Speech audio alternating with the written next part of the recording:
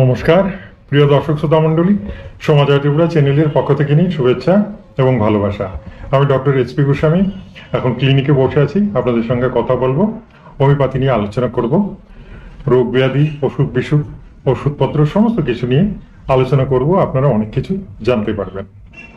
দেখুন, আপনাদের জন্য সত্যি আমি সবসময় ভাবি, চিন্তা করি, স্টাডি করি যে কিভাবে, কত সহজভাবে আপনাদের সুন্দরভাবে সুস্থ রাখা যায়। আর সেই প্রচেষ্টা কিন্তু কয়েক বছর থেকে চলছে। আর সেটার ফলস্বরূপ আমি দেখতে পেয়েছি যে আমার প্রচেষ্টা কিন্তু সার্থক। কেন বলছি?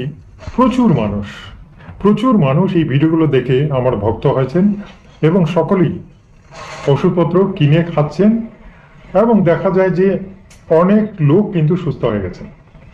তো এটা একটা বড় সাকসেস। আমি বলবো যে প্রচেষ্টায় যখন সফলতা মিলে তখন ভালো লাগে।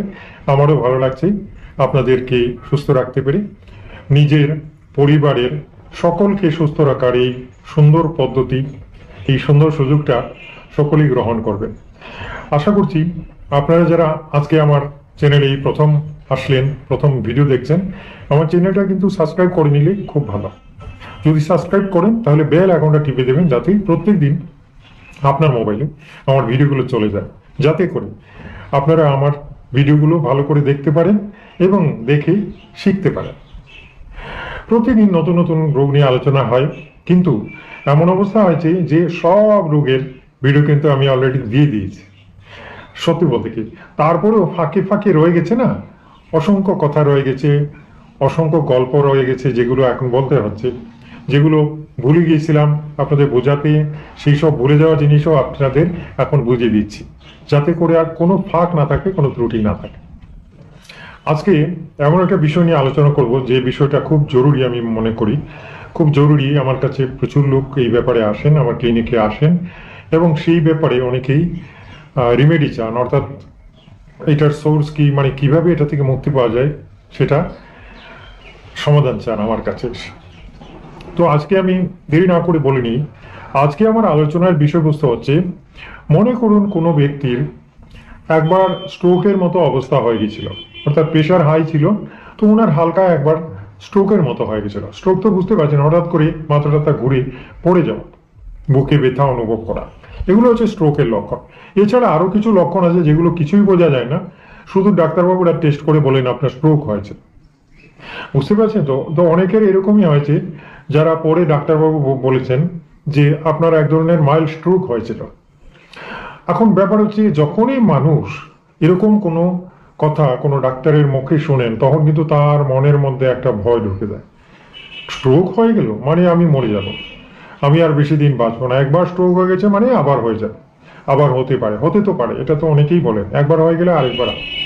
তো এরকম হয়ে গেলে তখন মানুষের মনের মধ্যে একটা, কি বলবো, একটা সত্যিকারের ভয় ঢুকে যায়। কারণ এটা তো মোস্ট প্র্যাকটিক্যাল। যারা জ্ঞানী তারা বুঝতে পারেন যে আমার আয়ু বোধ শেষ হয়ে গেছে, এই পৃথিবীতে আর বেশি দিন আমি থাকবো না, আমি হঠাৎ করে স্ট্রোক হয়ে মরে যাব। একেবারে অবান্তর নয় কথাটা, কিন্তু আমি বলবো যে এতটা ভয় পাওয়ার কিছু নেই, রিমেডি আছে এটারও। আর সেটাই, সেই কথাই আজকে আপনাদের পরিষ্কার করে বুঝিয়ে দিচ্ছি। তার আগে কিছু উপদেশ দেব যেগুলো জানা খুবই দরকার। যারা এরকম ঘটনার শিকার হয়েছেন, অর্থাৎ মাইল্ড স্ট্রোক হয়েছে, হালকা পাতলা, ডাক্তার পরে বলেছেন যে আপনার মাইল্ড স্ট্রোক হয়েছে। এক বদলু একদিন বলছেন যে আমি যাচ্ছি, হাঁটছি, হঠাৎ করে দেখি আমি আর সামনে কিছু দেখতে পাচ্ছি না। তারপর হঠাৎ করে বলছেন যে উনি ফিল করলেন যে পাটা আর এগুতে পারছেন না, হাতটা নাড়াতে পারছেন না, মানে পুরো শরীরটাই অবশ হয়ে গেছে। বুঝতে পারছেন তো? এরকম ফিলিংস নাকি ওনার হয়েছিল। পরে ডাক্তারবাবু টেস্ট পেশ করে বলেছেন আপনার কিছুটা ব্রেন স্ট্রোক হয়েছিল, এই ধরনের ঘটনা, এই ধরনেরই সিমটম। তো এরকমই ব্যাপার অনেকের জীবনে ঘটতেও পারে, না ঘটাটা কোনো ব্যাপার নয়, ঘটতে পারে। তখন আপনি কি করবেন? আমি বলবো যে অযথা ভয় না পেয়ে, এটা রেমেডি আছে, যে ওষুধ আজকে বলবো সেটা মাঝে মধ্যে খাবেন, তাহলে জানবেন যে আপনার আর স্ট্রোক হবে না, মোটেই হবে না, কনফার্ম স্ট্রোক আপনার হবে না অন্তত।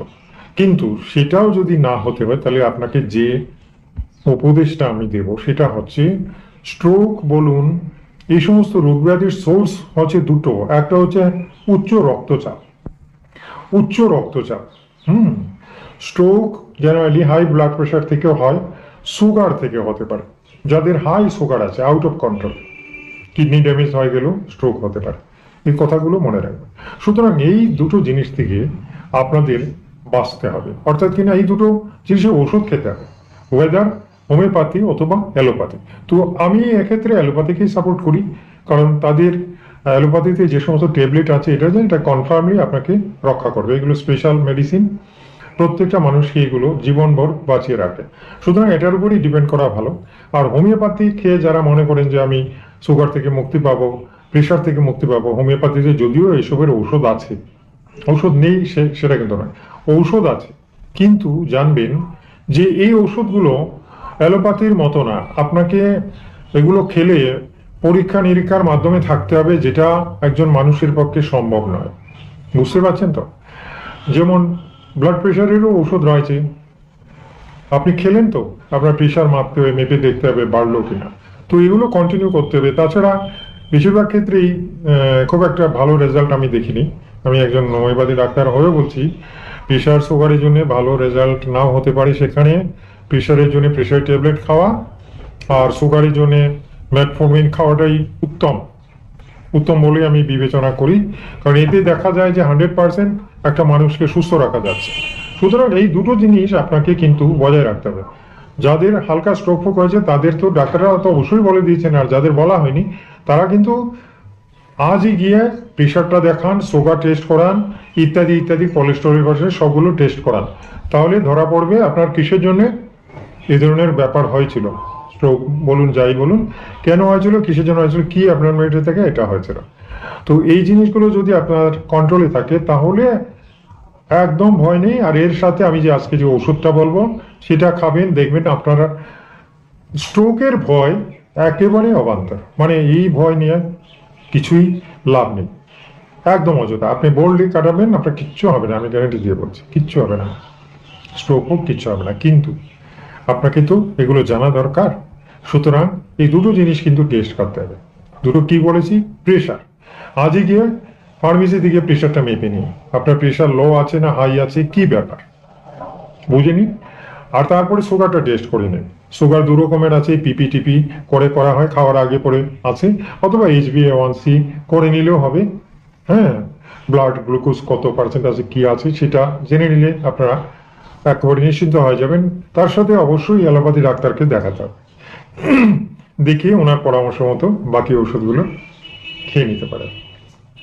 আসুন, যেহেতু আজকের আমার আলোচনার বিষয়বস্তু হচ্ছে স্ট্রোক যাদের হয়ে গেছে, বুঝতে পারছেন তো, অল্প স্বল্প যাদের স্ট্রোকের মতো অবস্থা হয়ে গেছে তারা কি করবেন। ভয় না পেয়ে আজকে আমি যে ওষুধটা বলবো কিনে আনুন, খান। ওষুধটা কি? আর্নিকা মাট। পড়ে গেলে, চুট পেলে, এটা ওটা করলে ছোট ছোট বাচ্চাদের আর্নিকা দেওয়া হয়, সেই আর্নিকাই কিন্তু রক্ত সঞ্চালনে সবচেয়ে ভালো কাজ করে বডিতে, দেখা গেছে।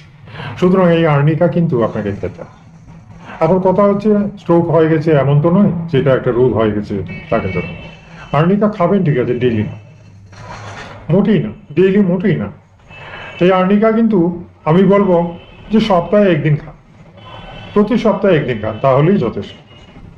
প্রতি সপ্তাহে 250 আর্নিকা আপনি একবার খাবেন, 2 ফোঁটা, যে কোনো সময় সকালে, সপ্তাহে একদিন। সপ্তাহে একদিন খেয়ে যান, 1-2 মাস খাওয়ার পর বন্ধ করে দিন, কিছুদিন আর খাবেন না, তারপরে আবার শুরু করুন, এভাবে আপনি চালিয়ে যান। তাহলে আপনার রক্ত সঞ্চালন, বডিতে যে রক্ত সঞ্চালন, এটা বাধা পাবে না, কখনোই বাধা পাবে না, রক্তের গতি স্বাভাবিক থাকবে। এর সাথে প্রেশার, সুগার এগুলো যাতে কন্ট্রোল থাকে, তাহলে স্ট্রোকের ভয় থেকে পুরোপুরি মুক্ত। কথাটা মনে রাখবেন। আমি আমার প্রচুর পেশেন্ট যারা আমার এই সমস্ত ব্যাপারে আমার কাছে এসেছিলেন, আমি তাদেরকে এই পরামর্শ দিয়েছিলাম, এবং এক্সপেরিমেন্টালি আমি দেখেছি ওরা জানিয়েছেন যে আর ওই ধরনের ব্যাপার আর হয়নি, তারা সবাই ভালো আছে, সকলেই সুস্থ আছেন। অনেকে তো 3-4 বছর 5 বছর হয়ে গেছে, এই ধরনের দ্বিতীয় কোনো সিমটমই আর দেখা দেয়নি। তাহলে দেখুন, এটা একটা এক্সপেরিমেন্টের ব্যাপার। এই জন্য আজকে আমি বললাম যাদের সেমি স্ট্রোক হয়ে গেছে তারা ভয় না পেয়ে আর্নিকা মান্টানা 200 সপ্তাহে একদিন একবারই খাবেন।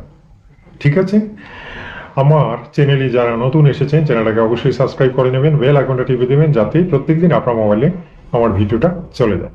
আর এই ভিডিওটা ভালো লাগলে একটা লাইক নিশ্চয়ই দেবেন, ঠিক আছে।